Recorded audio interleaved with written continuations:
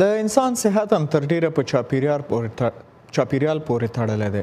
څه خورئ، څښئ، مثلا تنفس کوئ او یا په عمومي توګه کوم ډول خوراک او څښاک کوئ، دا ټول په چاپیریال پورې تړلی دي. اوس چې هوا سړه ده، په اکثره سیمو کې هوا د لوګي او ګڼې ګوڼې له امله ککړه کیږي او مختلف موسمي مرضونه زیاتیږي.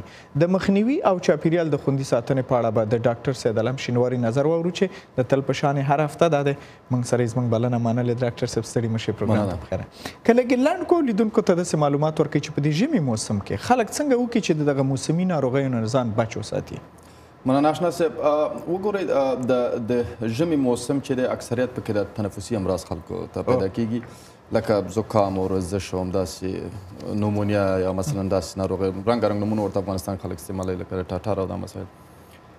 نو دغه ناروغیانې چون ډېرې وي او طبعا دا یو تړاو لري د سړې هوا سره، او په سړه هوا کې معمولا خلک دا شیان استعمالوي چې هغه هم په اکثره مواردو کې مضر وي، خصوصا افغانستان غوندې هیوادونو کې خلک د فقر سره اکثریت مخ وي. نو هغوی داسې څوک مثلا پلاستیک استعمالوي د سون دپاره، څوک مثلا لرګي استعمالوي، څوک کاغذ استعمالوي.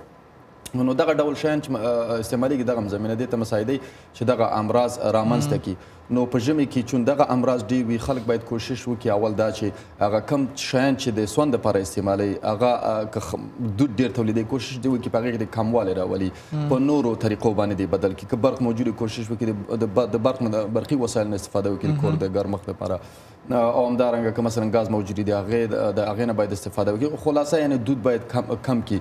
او بل په ضمن کې طبعا چون دغه ناروغیانې چې دي اکثریت ساري وي، خصوصا د وایرسي ډول د تنفسي امراضو د یو انسان نه بل انسان ته انتقالیږي، او باید کوشش دې وکړي چې همیشه هغه کس چې په دې ناروغۍ باندې اخته وي یا حتی اخته نه وي، همیشه د خپل لاسونه په صابون باندې پاک ووینځي، چې ځکه معمولا خلک چې ټوخی یا پرنجی کوي لاس ورته نیسي، نو هغه زمینې دې ته مساعدوي چې دا وایروس یا میکروب بل چاته انتقال شي.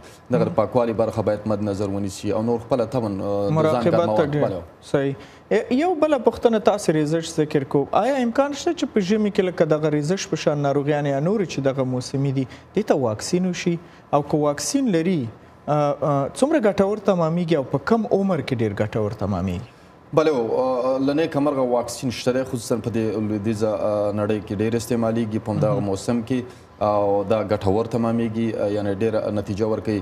او ګرچې یوه ستونزه په دې برخه کې شته دی، هغه دا دی چې اکثریت دغه واکسین اکثریت وایروسي ډول دپاره دي د ریزشونو، او وایروس چې دی هغه سټرینونه یا ډولونه فرق دی هر کال. خو بیا هم بعض اوقات داسې ممکن برابر شي چې واکسین داسې واکسین وي چې هغه خاص ډول چې نوی را پیدا شوي، ځکه بعضې اوقات نوي وایروسونه یا نوي یعنې کوم چې د وزارت صحت سره امکان شته یا نورو مؤسسو سره هغې نه استفاده وکړي، ګټور تمامیږي. او که یعنې د ریزش دپاره ډول انواعو دپاره د ریزش، حتی د نومونیا دپاره واکسینونه شته دی. نو که خلک ورته لاسرسی لري، کوشش دې وکړي واکسینونه د استفاده وکړي.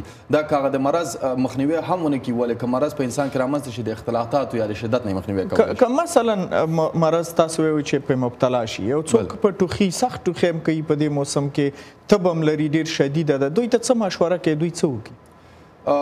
معمولا په تنفسي امراضو کې چې ټوخی وي اکثریت، هغه یو شي ته باید خلک متوجه وي چې ټوخي ترې ډېر وارخطا نه شي که ډېر شدید نه وي، ځکه ټوخی د دفاعي سیستم یوه برخه ده. هغه میکروبونه یا هغه مضره شیان چې تولیدیږي که په تنفسي سیستم کې وي، نو هغه بهر راوباسي. ولې که شدت ډېر وي، د مثال په توګه باندې د دردونو لامل وګرځېږي، یا وینه پکې خدای نخواسته ښکاره شي، یا د استفراغاتو لامل وګرځېږي، نو په دې صورت کې باید ډاکټر ته لاړ شي، مراجعه وکړي او بیا هغلته دوا ترلاسه کړي. او د طب برخه کې هم معمولا کوشش دې وکړي چې تبه د خپل کنټرول کې په ریزشونو کې تبه ډېرې شدیدې وي او سړی ډېر په تکلیف وي، نو کوشش دې وکړي همیشه چون دواګانې د تبه دپاره اکثریت په دواخانو کې شته وي، نو کولی شي دوا ترلاسه کړي او خپله تبه کنټرول کړي په مشورې باندې. طبعا.